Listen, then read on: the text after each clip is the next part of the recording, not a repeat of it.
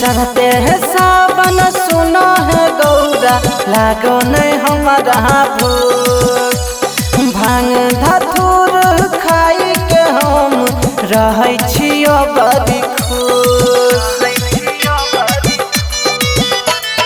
सुना चढ़ते है सावन सुनो है गौरा लागो नहीं हमारा भूख भांग धतूर खाई के हम रहे छियो बड़ी खुश। मातल रहै छै भोला जी हमर बुझै नहीं मनवा के दुख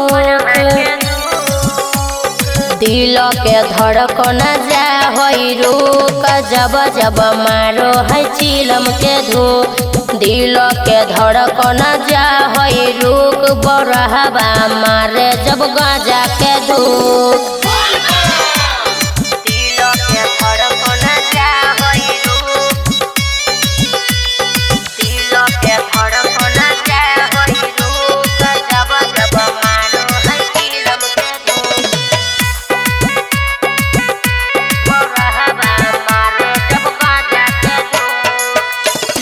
पीसी ना खियाई बहम भंगिया के बोला हमरा से ई सब काम न होई सुनिए भोला।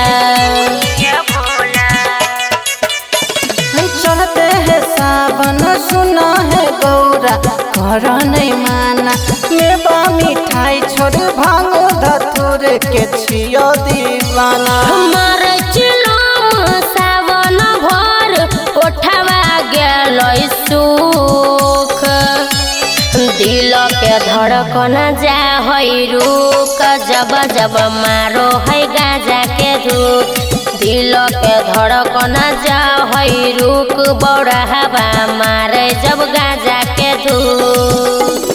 Mithilanchal recording studio Kisanpur. दिल के धड़कन जा होई रुक दिल के धड़कन जा होई रुक जब जब मारो है चिलम के धूप बरहबा मारे जब गाजा के आई गेल तोरा द्वार हो भोला सभे कावरिया मातल छै नशा में फेरा बौरहवा सेवक पर नजरिया बनल छै कृपा सेवक हमर सुना है गौरा जानै छियै सब किछु कहे पर तो नहीं तोरा।